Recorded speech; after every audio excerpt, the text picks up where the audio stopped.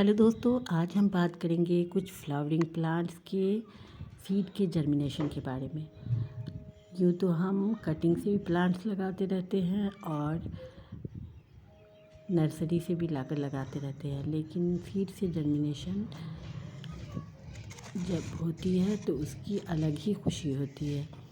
हमने ये सब फ्लावर के सीड्स 10 रुपये पैकेट के हिसाब से लिए थे और हमने इसको घर ला कर के लगा दिया था और देखिए परिणाम के सभी सीड अच्छे से जर्मिनेट हो गए हैं। उनको लगाने के लिए मैंने कोई ख़ास अलग से कुछ नहीं किया था।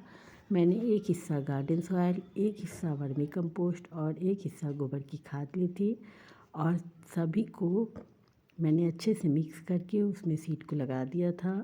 और जब मैंने सीड लगाया था तो उसके ऊपर मैंने मिट्टी की एक पतली सी परत बिछा दी थी।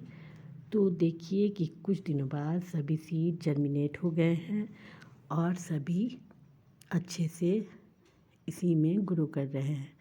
लेकिन अगर हम इनको ऐसे ही रहने दें तो इनकी ग्रोथ अच्छी नहीं होगी, उसमें फ्लावरिंग नहीं होगी और अगर हो भी जाएगी तो बहुत अच्छे तरीके से नहीं हो पाएगी। तो इसीलिए हम लोगों को इसको अलग अलग पॉट में लगाना होगा और इसको रिपोर्ट करना होगा ताकि इसमें अच्छे से ग्रोथ हो, इनमें अच्छे से फ्लावर आ सके। इस प्लांट को ल्यूपिन या ल्यूपिनस कहते हैं और ये बहुत अच्छा फ्लावर देने वाला पौधा होता है। इसकी पत्तियां भी बहुत सुंदर होती हैं और जब इसके ऊपर ओस गिरती है तो बीच में बिल्कुल डायमंड की तरह ओस जमा हो जाती है। ये पौधा बहुत सुंदर होता है और ठंडे मुल्कों में इसमें साल भर फूल आते हैं, लेकिन हमारे यहाँ कम तापमान पे इसमें कई कलर के फूल आते हैं। ये नया पौधा मिंट के जैसा होता है, बिल्कुल पुदीने की जैसी इसकी पत्तियाँ होती हैं, लेकिन इसको साल्विया प्लांट कहा जाता है। इसको भी मैंने एक कंटेनर में लगाया था। बहुत सारे सीड्स थे जो सभी जर्मिनेट हो गए हैं। अब इनको अलग से रिपोर्ट करना ज़रूरी है। ये बहुत छोटे से कंटेनर में लगाए गए थे। इसको लगा करके हमें आज बड़े पॉट में रिपोर्ट करना है ताकि इसमें अच्छे से फ्लावरिंग हो सके। इसके भी फ्लावर्स ल्यूपिन की तरह ही होते हैं और बहुत सुंदर फूल खिलते हैं, कई कलर में ये आते हैं।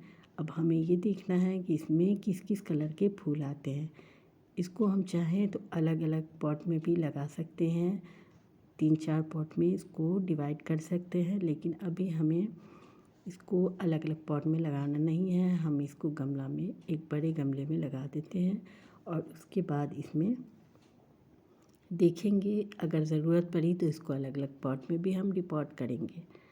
ये पौधा बहुत सुंदर होता है और इसकी पत्तियाँ मोटी होती हैं। इसको हम अलग अलग लगाना चाहें तो छोटे छोटे 6 इंच के गमलों में 2-4 प्लांट्स करके लगा सकते हैं। जिस तरह से मिंट के प्लांट बहुत घने हो जाते हैं, उसी तरह ये पौधा भी बिल्कुल घना हो जाएगा।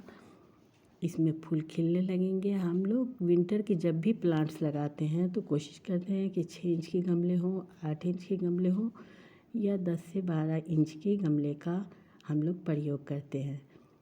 ये सब फ्लावर्स विंटर में तो फूल देते ही हैं। उसके अलावा स्प्रिंग में भी ये और मानसून में भी ये फूल दे सकते हैं। अगर तापमान कम हो तो ये बहुत दिनों तक चल जाते हैं। इसमें अलग अलग कलर के फूल आते हैं जैसे रेड, पर्पल। डहलिया के बीज भी मुझे 10 रुपये पर पैकेट के हिसाब से मिले थे और मैंने उसको अलग अलग गमलों में 3-4 बीज एक ही गमले में लगा दिए थे और देखिए कि ये सभी सीड जर्मिनेट हो गए हैं। अब इनको मुझे रिपोर्ट करना होगा। इसमें बहुत बड़े बड़े फूल आते हैं, इसलिए बड़े गमलों की ज़रूरत पड़ेगी। ये है कैलेंडुला का प्लांट और इसमें भी बहुत सुंदर फूल आते हैं। ये सब सीड जर्मिनेट हो गए हैं। इनको कई पॉट में हमें डिवाइड करना पड़ेगा ताकि इसमें फूल अच्छे से आ सके। ये सभी प्लांट मुझे सितंबर से अक्टूबर तक लगा लेने चाहिए थे, लेकिन मुझे ये सीड काफ़ी लेट से मिले थे और मैंने इसको दिसंबर में लगाया था, इसीलिए अब तक इसमें फ्लावर नहीं आ सके हैं। जब इसमें फ्लावरिंग होगी तो हम इसकी वीडियो शेयर करेंगे और इसमें फ्लावरिंग अप्रैल से मई तक चलती रहेगी, क्योंकि ये अर्ली समर में भी फ्लावर देते हैं। ये है नास्टाशियम का प्लांट और ये एक हर्बल प्लांट होता है। इसकी पत्तियाँ गोल गोल और बहुत सुंदर होती हैं।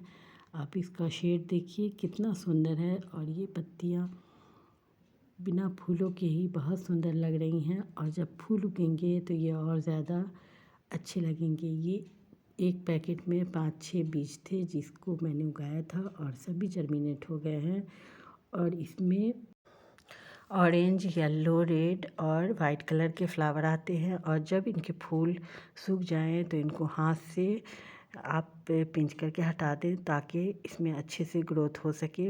इसके फूल बहुत सुंदर होते हैं।